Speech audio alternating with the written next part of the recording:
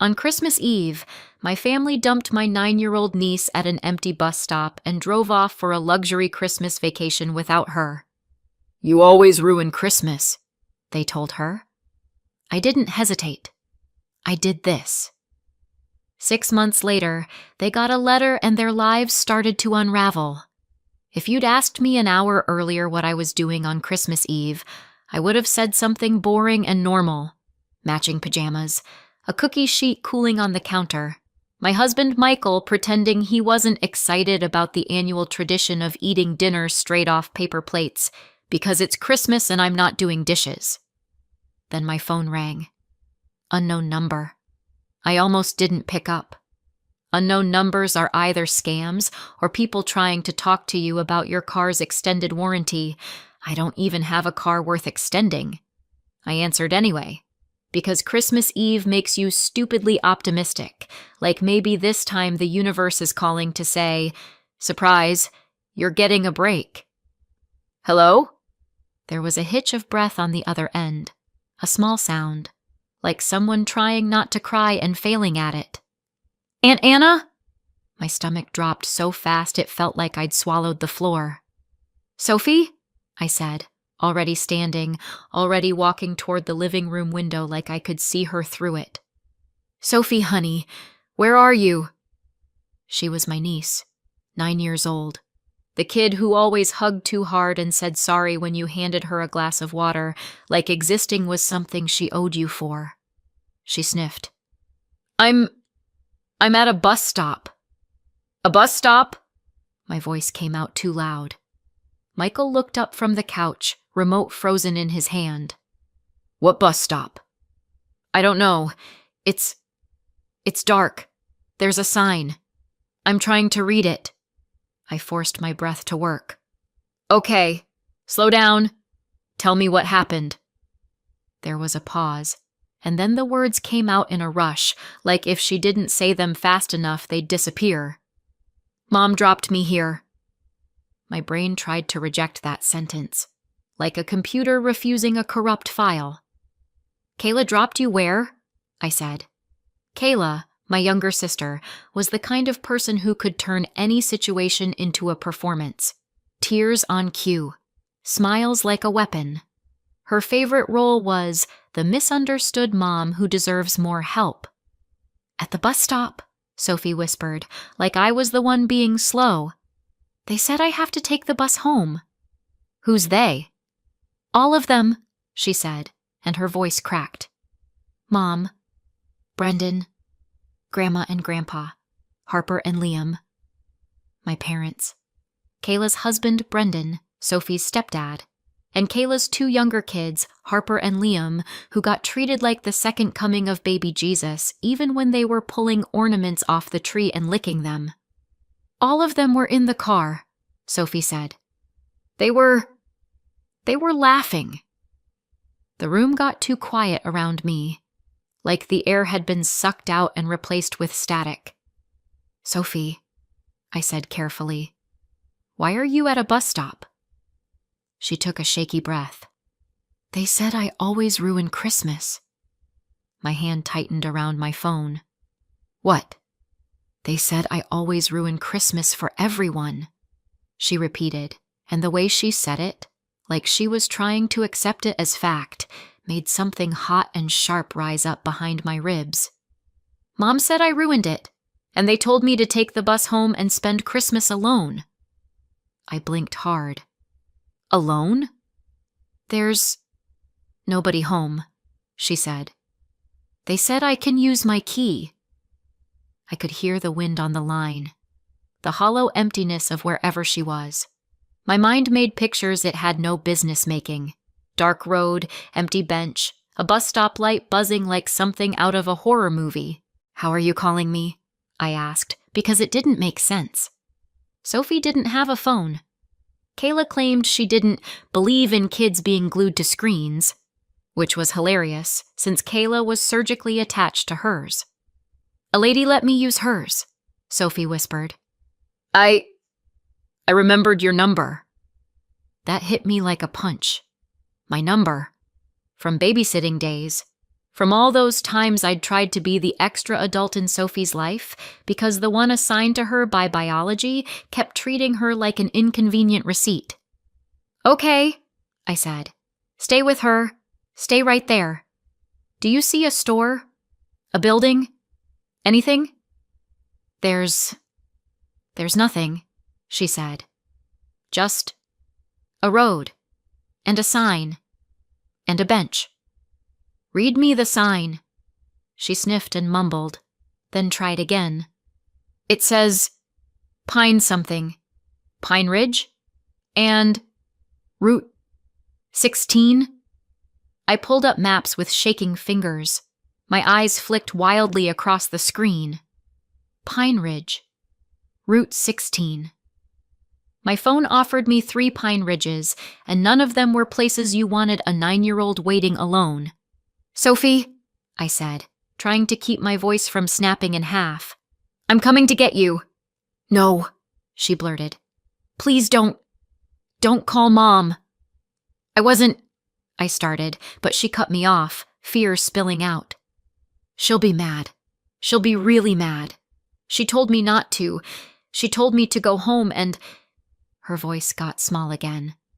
She said I ruin everything. I closed my eyes. There it was, the thing that had been hovering at the edge of my awareness for years. Not a bruise, not a dramatic headline, just a kid who believed she was the reason holidays went bad. Listen to me, I said, and I didn't care that Michael was watching, that my voice had gone low and dangerous. You didn't ruin anything. Do you hear me? There was a pause. Okay, Sophie whispered, but it sounded like she didn't believe me. Put the lady on, I said gently. Can I talk to her? A muffled movement. A new voice. Adult. Female. Wary. Hello? Hi, I said, forcing myself into calm. My name is Anna. I'm Sophie's aunt. Thank you for letting her use your phone. Where exactly are you? The woman hesitated. We're at the stop near Pine Ridge. There's no one out here. I was driving by and saw her sitting there crying. I didn't want to leave her. My throat tightened. You did the right thing. Can you stay with her for a few more minutes? I'm coming right now. I can, she said, voice firm now. I'm not leaving her. Thank you, I breathed. Thank you so much. I took the phone back to Sophie. I'm on my way, I told her. Stay with her. I'll be there as fast as I can. Aunt Anna? Yeah, honey. Am I bad? She whispered. I swallowed hard. No, I said. You're not. And then I hung up, because if I stayed on the line any longer, I was going to say something that would make Michael snatch my keys out of my hand and ground me like a teenager. Michael was already standing. Where is she? Bus stop, I said, grabbing my coat. Middle of nowhere. Kayla left her. Michael's face did something complicated and ugly. He didn't ask if I was sure. He didn't say maybe there's a misunderstanding. He didn't offer a calm, reasonable alternative like, let's wait and see. He just said, I'm coming. I'm driving, I snapped automatically. Fine, he said. Then I'm navigating, and I'm bringing a blanket. He moved fast. Not frantic, not flailing, just purposeful. Like the moment he understood a child was alone, something in him clicked into place. We were out the door in under 2 minutes. Cookies forgotten. Christmas music still playing in the living room like a cruel joke. In the car, my hands were tight on the steering wheel, knuckles pale. Halfway there, my phone buzzed. Kayla. I stared at it like it was a live grenade.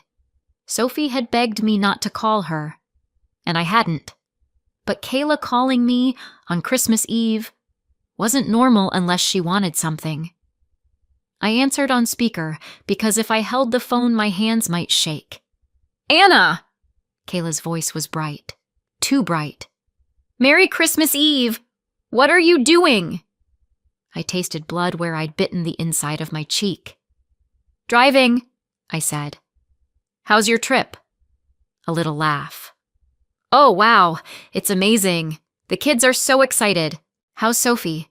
I asked, like I was asking about the weather, like I wasn't seconds away from tearing my own hair out. A pause. Just long enough. Kayla sighed theatrically. "Ugh, don't even. She was a nightmare." My stomach twisted. Michael's gaze snapped to me, sharp. "What do you mean?" I said. "She was pouting and whining and acting like everything is about her," Kayla said, as if she was describing a grown adult at a work party. "She ruined the whole vibe." There it was again. Ruined. Like Sophie was a spilled drink you couldn't scrub out. "So," Kayla continued breezily, "we sent her home." I blinked. "You sent her home?" "Yeah," she said, as if I was being dramatic.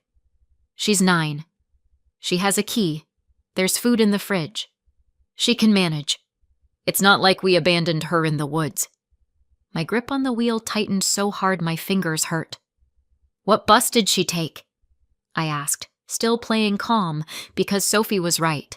Kayla would be furious if she knew. "Whatever one goes back," Kayla said. "There's a direct bus. It's fine." "And Mom and Dad were okay with that?" I asked. Kayla laughed like I'd told a joke. "Mom said it was about time someone taught her consequences. Dad didn't want to deal with the drama. Brendan's relieved. And honestly, Harper and Liam are having a way better time without her sucking all the attention." I tasted something metallic. Rage. Disbelief. The kind of anger that's so clean it feels cold. "Kayla," I said, voice steady by sheer force, "you sent a 9-year-old home alone on Christmas Eve." "She wasn't home alone," Kayla snapped suddenly, irritation slipping through. "She was on a bus. Don't ruin this for us, Anna. It's Christmas." I stared at the road. "Right," I said quietly.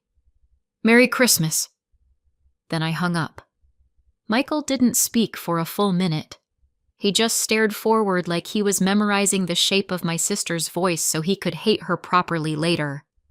Finally, he said, "She thinks Sophie is already home." "I know," I whispered. We drove faster. When we finally pulled into the empty stretch of road, my headlights swept over a bench, a sign, and a small bundled shape sitting stiffly under a streetlight that flickered like it was trying to die. "Sophie." My chest caved in. I slammed the car into park and got out before the door was fully open. Sophie looked up, and for a second her face was blank, like she didn't trust what she was seeing. Then she stood, shaky, and ran. She hit me like a little cannonball, arms tight around my waist, her whole body trembling. "I knew you'd come," she whispered into my coat, and it broke something in me so cleanly I almost couldn't breathe. "I've got you," I said, voice rough. "I've got you." Behind her, the woman who'd lent the phone stood with her arms crossed, jaw tight like she'd been ready to fight anyone who showed up and didn't have good intentions. "Thank you," I told her, eyes stinging. She nodded once. "Don't thank me. Just don't leave her there again." "I won't," I said, and for the first time that night, I meant it like a vow. In the car, Sophie sat wrapped in the blanket Michael had brought. She stared at her hands like they didn't belong to her. "You're spending Christmas with us," I said, keeping my voice light, like this was the plan all along. "Okay?" Sophie's eyes flicked up. "But Mom said—" "I don't care what she said," I cut in, immediately softening when Sophie flinched. "Sorry, you're with us tonight." The rest of the drive was quiet. Sophie's breathing gradually slowed. Her shoulders unclenched a fraction. When we got home, the house smelled like sugar and cinnamon and the life we were supposed to be having tonight. We got Sophie warm, We got her fed. We got her settled on the couch with a blanket and a mug of cocoa she held with both hands like it was keeping her upright. And then, in the soft quiet of our living room, she said it again. They said I ruined Christmas. I sat beside her and stared at the twinkling lights on our tree. Somewhere else, my sister was sipping something expensive and laughing. And Sophie was sitting on my couch, trembling like she'd been dropped into a world that didn't want her. I watched her eyelids droop. I watched her fight sleep like it was dangerous. I tucked the blanket higher around her shoulders, and I made a decision so sharp it felt like a click. They didn't know it yet, but Christmas Eve wasn't the end of this. It was the beginning. Favoritism doesn't always look like a villain twirling a mustache and cackling over a cauldron of child neglect. Sometimes it looks like a family photo where you're always the one told to move to the side so the little ones can be in the middle. Sometimes it's a birthday cake with candles you blow out alone because your sister is too tired, but somehow has enough energy to open her presents first. Sometimes it's being 13 and standing in the hallway in socks while your parents take your younger sister out for ice cream because it's more for younger kids. Kayla was 3 years younger than me, and she learned early that the world bent for her if she made the right face. My parents weren't monsters. They didn't hit me. They didn't lock me in a closet. They did something worse in a quieter way. They made me feel like I was optional. Kayla was the favorite, not in a subtle way either, in a way that felt like a running joke everyone understood except me. I tried for years to earn what she got for free. Good grades, perfect chores, being easy, being grateful, being invisible. It didn't matter. Eventually, I stopped trying. Not because it didn't hurt, but because hope is expensive, and I was tired of paying for it. When we were older, I thought that would be the end of it.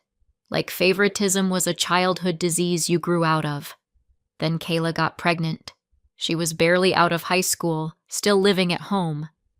I was in university and living there too, because tuition had a way of eating every dollar you thought you had. Kayla didn't want the baby. She said it openly, like it was the weather. By the time she realized she couldn't undo it, resentment had already set up camp behind her eyes. Sophie arrived, small and pink and demanding, like babies are. Kayla held her for pictures, and then handed her off like a purse she didn't want to carry. My parents were still working. Kayla was still Kayla. So the baby ended up with me. At first it was, "Can you watch her for an hour? I just need a nap." Then it was, "Can you take her? I have plans." Then it was, "You're good with her. She likes you." I was the one who warmed bottles, the one who paced the living room at 2 a.m., the one who learned Sophie's cries like a language. I told myself it was temporary, that Kayla would mature, that motherhood would click. It didn't. Even when I moved out, job, tiny apartment, my own dishes to not wash, Kayla's expectations followed me like a shadow. "Can you take her after work? Can you keep her on Saturday? Brendan and I need a date night." Brendan came later. A new man, a new last name, and a fresh reason for Kayla to pretend everything was fine. When she married Brendan, I really believed things would get better. Marriage is supposed to make people more responsible, right? I was adorable. Kayla had Harper, then Liam, 2 little blonde hurricanes who could smear peanut butter on a wall and get praised for being so creative. Sophie, Kayla's first, became inconvenient. Not abused in a way that left bruises. Neglected in a way that left empty spaces. It showed up in small things I couldn't unsee, like Sophie sitting at the kitchen table while Kayla braided Harper's hair with glittery bows, like Liam getting a whole birthday party theme and Sophie getting told, "We did cake at Grandma's, remember?" Even though Sophie had been at my house that day, like Kayla and Brendan loading Harper and Liam into the car for a family outing and saying, "This is more for younger kids." while Sophie stood by the door, shoes already on. "You can stay with Aunt Anna," Kayla would say, like she was doing Sophie a favor. And Sophie would come to me without complaint, like she'd already learned not to ask why. Brendan liked to act like he deserved a medal for marrying someone who already had a child. He'd say things like, "I stepped up," and "not every man would do this," as if Sophie was a stray dog he'd adopted for good karma. And Kayla ate it up. I never heard Brendan call Sophie my daughter. Not once. I heard him call her Kayla's kid plenty. Sophie, meanwhile, called me for everything. For scraped knees, for nightmares, for spelling homework, for the kind of comfort you seek from the adult you trust. I didn't tell her bad things about her mom. I didn't have to. Kids aren't stupid. They know who shows up. 6 months before Christmas Eve, everything shifted. It was a family dinner, one of those sticky sweet nights where everyone pretends they're fine because there's pie and witnesses. Some relatives were visiting, the kind Kayla performed for. Sophie was quiet all evening. Not peaceful quiet. Held-in quiet. Kayla was in full show-off mode, talking about the kids and how blessed she was, like motherhood was a hobby she'd mastered. Someone made a comment, something harmless like, "You're such a great mom." Kayla beamed, and Sophie, small voice, big truth, said from her seat, clear enough for everyone to hear, "I wish Aunt Anna was my mom." The table went dead. Kayla's smile froze in place. Brendan's face tightened. My mom's fork paused midair like it forgot what it was doing. Kayla let out a laugh that was way too loud. "Sophie, don't be silly." Sophie didn't laugh. She just looked down at her hands and said, even quieter, "I want to live with her." Kayla's glass hit the table with a sharp click. Later, after the relatives left and Sophie had been hustled out of the room, Kayla cornered me in the kitchen. "What did you tell her?" she hissed. "Nothing," I said, because it was the truth. "Kayla, she said that because you're in her head," Kayla snapped, cheeks hot with humiliation. "You've been filling her with lies." "I haven't." "You're not seeing her anymore," she said, that brittle, responsible mother tone sliding into place. "No more babysitting, no more special time, no more whatever this is." I stared at her. "Kayla, she loves me." Kayla's mouth twisted. "She embarrassed me in front of everyone." There it was. Not concern for Sophie, not heartbreak, embarrassment. After that, I saw Sophie only at family gatherings, holiday dinners, birthdays, anything Kayla couldn't avoid without people asking questions. Sophie would still run to me, arms flung wide, desperate like she was trying to store me up for later. Kayla hated it. I could see it in the way her jaw tensed, in how she'd call Sophie over with a sharp, "Sophie, come here!" And because I wasn't allowed to babysit anymore, the solution Kayla landed on was, predictably, convenient for Kayla. She started leaving Sophie home alone. "She's 9, Kayla would say, like that was a magic shield against being a bad parent. "She's fine. She has food. She can entertain herself." Meanwhile, Kayla and Brendan would take Harper and Liam out for kid stuff. Museums, holiday light shows, gingerbread houses at fancy places where you paid $12 for hot chocolate. Sophie stayed home, left out of her own family, watching the clock, waiting for footsteps that didn't come. I saw it happening. I hated it, and I didn't know what to do that wouldn't make it worse. There were no bruises, no broken bones, no obvious headline, just a child being quietly taught she didn't belong. So I waited, hoped, told myself, surely Kayla will grow up. Surely Mom and Dad will notice. Surely someone will stop this. Christmas Eve proved how wrong I was, because leaving a 9-year-old home alone was one kind of abandonment. Dumping her at an empty bus stop in the middle of nowhere, that was something else.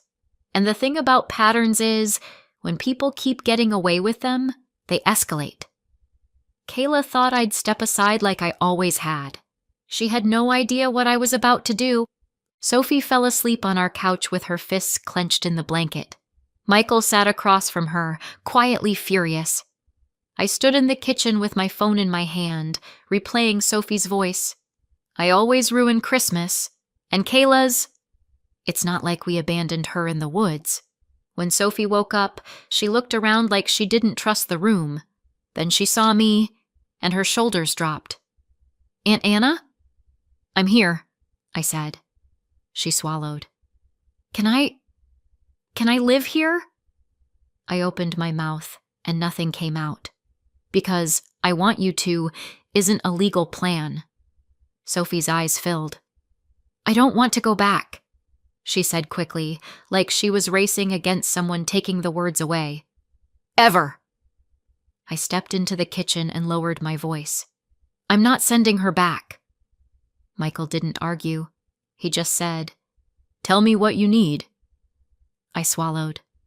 "A plan." I picked up my phone and stared at the name I hadn't called in months. Ms. Reed. Not my attorney, technically. Not yet. A lawyer friend I trusted, the kind of person who didn't sugarcoat reality and didn't panic when other people panicked. It rang twice. "Anna?" Ms. Reed answered, voice brisk. "Is everything okay?" "No," I said. "I need 10 minutes of your brain on Christmas Eve." A pause. Then, "Okay, talk." So I did. I told her about the call, the bus stop, the line Kayla used, the fact that Sophie didn't have a phone, the fact she was supposed to take a bus home alone. Ms. Reed didn't gasp. She didn't say, "Are you sure?" like I was making it up for attention.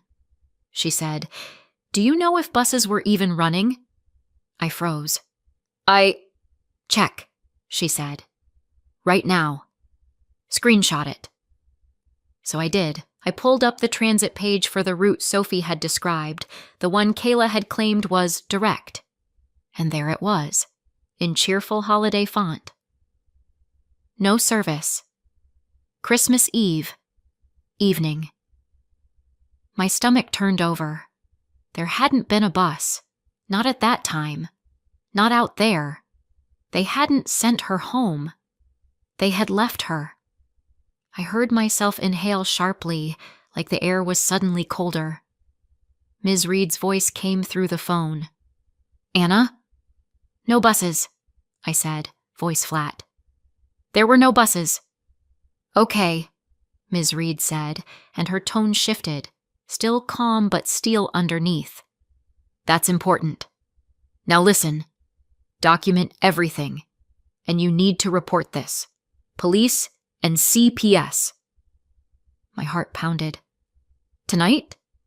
"Tonight," she confirmed. "And Anna, do not get pulled into a family fight. Keep your communication clean. Stick to facts. Let the system do its job." I stared at Sophie again. She was rubbing her eyes, small and exhausted. "Okay," I whispered. After that, we moved fast. Not dramatic, not screaming, just decisive. I went to the police station first because it was open, and because my hands needed to do something real. I gave a statement to an officer whose name I didn't catch because I was too busy trying not to explode. I told the truth. All of it. The phone call. The location. The ruined Christmas line. The no bus confirmation. Then I called CPS and made the report, answering questions that made my stomach twist because saying the words out loud made them more real. Yes, the child had been left alone. Yes, the guardians had left town. Yes, the child was safe with me now. Yes, I could keep her safe. I hung up and felt like I'd stepped off a cliff. Sophie slept in our guest room that night. Michael put a nightlight in there without a word. I didn't sleep. I lay in bed staring at the ceiling, replaying every moment I'd ever dismissed as not my place. For the next 4 days, I kept waiting for the call. Not the angry one, not the performative one, the panicked one. The one that starts with, "Where is she?" The one a normal parent makes the second they realize their kid isn't where they left her. It never came. Day 1, nothing. Day 2, nothing. Day 3, still nothing. Sophie was in my house, eating, showering, whispering apologies when she didn't need to, while her own family enjoyed their vacation like they hadn't left a 9-year-old behind. On day 4, my phone rang. Kayla.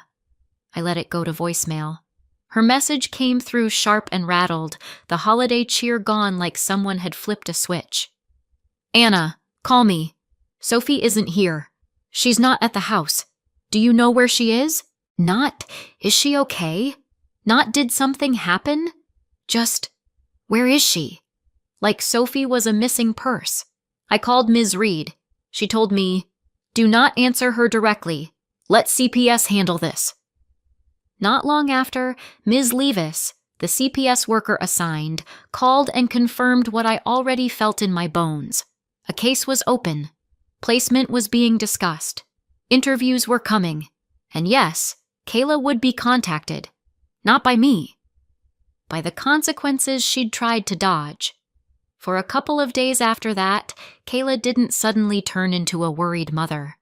She turned into what she always was when she felt cornered. Loud. When she finally learned Sophie was safe with a relative, the switch flipped. It wasn't panic. It was outrage. Accusations. Dramatic language. The kind of anger that's less about Sophie and more about control. Messages started coming in, one at a time, spaced out just enough to feel deliberate. What did you do? You had no right. You're trying to ruin my life. You're turning my daughter against me. I didn't answer. Then there was silence. Not the peaceful kind.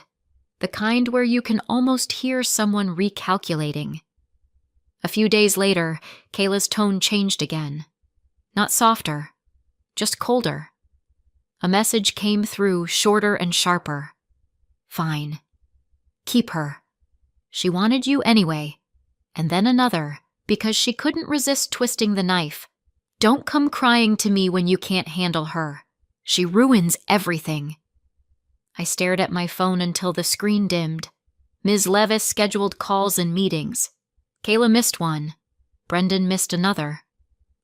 My parents didn't respond to a request for an interview until days later. No one sounded like people desperate to get Sophie back. They sounded like people angry their mess had been seen and relieved someone else was carrying it. By the time Ms. Reed said the words temporary placement, something inside me unclenched. Sophie was still here. Legally here. Ms. Reed's voice stayed calm when she said, if you want this to be permanent, we start that process. You'll need to be ready. I looked at Sophie that night, curled on our couch, focused on a cartoon like it was teaching her a language called safe. I'm ready, I whispered. I'd been raising her in all the ways that counted for years. I loved her like she was mine, and I wasn't going to keep living on borrowed time. Kayla still thought this was a tantrum I'd get over. She had no idea what was coming, because 6 months later, they would get a letter, and overnight, the people who couldn't wait to be rid of Sophie would become desperate to take her back. 6 months later, things were almost quiet. Not healed quiet. Not we're a family again quiet. More like the kind of quiet you get when someone stops fighting because they've decided they don't care enough to keep swinging. Kayla missed calls. Brendan didn't show up to half the meetings. My parents stayed conveniently vague. Paperwork moved forward without drama, which, if you've met my family, felt suspiciously close to a miracle. I started letting myself think it. Soon, she'll be mine on paper too. Then Ms. Reed called me and said, Anna, come to my office, today. No greeting, no joke. Just that tone lawyers use when they don't want you to panic until you're sitting down. By the time I got there, my stomach had already decided we were in trouble. Ms. Reed didn't waste time. She shut the door, handed me a copy of a letter, and said, "Your sister and your parents received this." I looked down. Estate attorney letterhead, formal wording. The kind of envelope that doesn't show up unless someone died or something expensive changed hands. Ms. Reed tapped one paragraph with her pen. "Read that." I read it once, then again, because my brain didn't want the words to mean what they meant. A trust, a minor child, Sophie's name, and a number so large it made my mouth go dry. For a second, the normal reaction tried to kick in. That's incredible. That's life-changing. But it didn't feel incredible. It felt like someone had just tossed a lit match into the middle of everything I'd fought to stabilize. Ms. Reed watched my face. "Yes," she said quietly. "It's real." I didn't even hear my own voice when I asked, "They know?" "They were notified," she said. "Which means—" She paused, just long enough for the dread to fully bloom. "This may be the moment they suddenly decide they want Sophie back." And that's when I understood why the last few months had been so easy. They weren't done. They were just waiting for a reason. The next afternoon, Ms. Reed called. No greeting, no warm-up. "They retained counsel," she said. My throat went dry. "Kayla? Kayla. And Brendan." "What are they asking for?" I said, even though I already knew. Ms. Reed exhaled. "Immediate reunification. They're claiming you manipulated Sophie. They want her returned." I let out a laugh that wasn't humor so much as disbelief escaping my body. "Returned," I echoed. "Like a package." "Yes," Ms. Reed said. "Like that." 2 days later, a letter arrived at my house. Clean letterhead, clean language, dirty intentions. I read it once, then again. Then I set it down very carefully, like paper could bite. Sophie didn't need to see the letter to know something shifted. She looked up from the kitchen table, saw my face, and went still. "Are they coming?" she whispered. I crouched beside her chair. "You're safe," I said. "Okay," she nodded like she wanted to believe me, like belief was something she had to practice. That night, Kayla finally texted me. Not, "How is Sophie?" Not, "I'm sorry."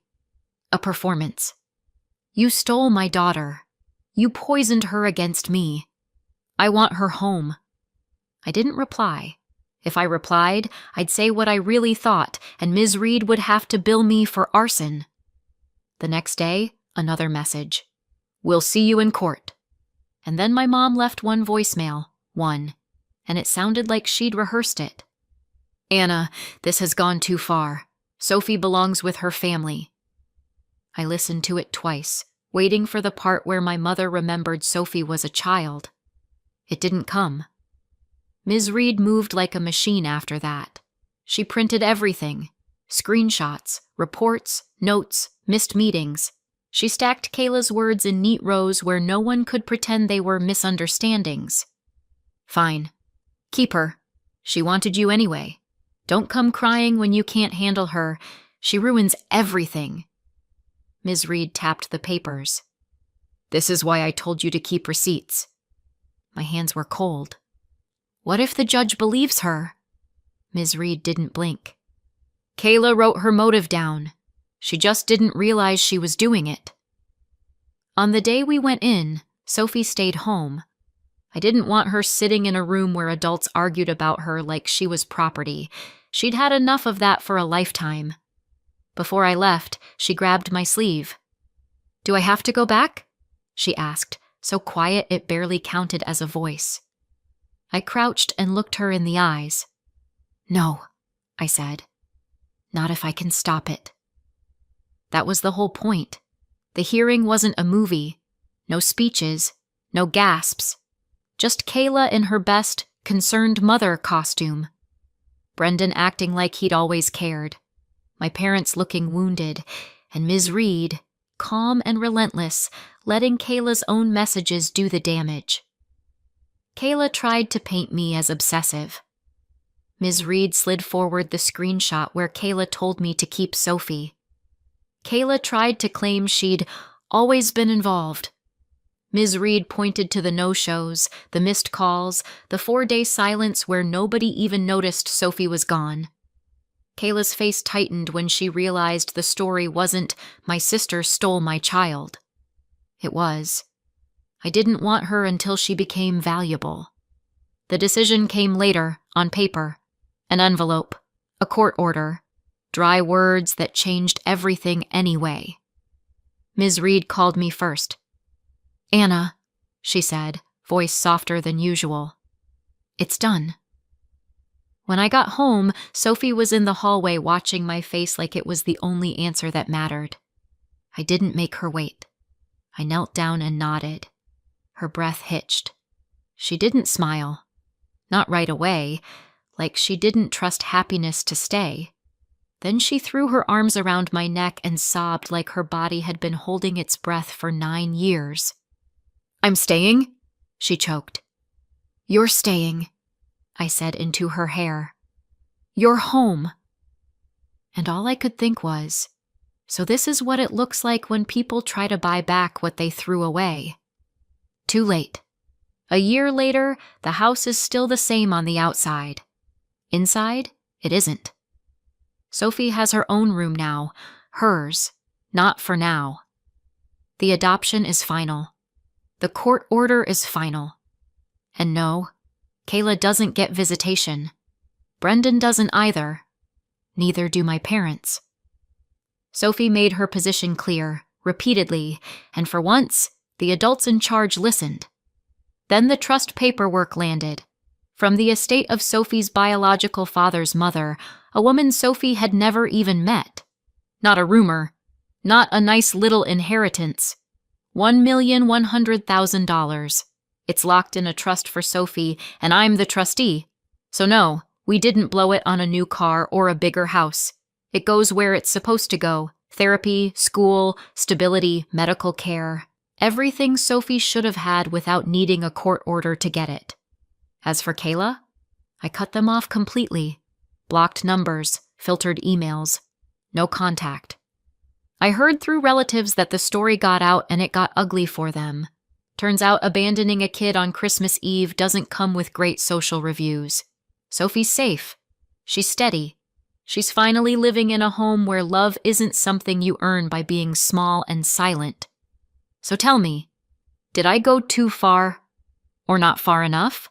Leave a comment. And if you want more stories like this, hit subscribe.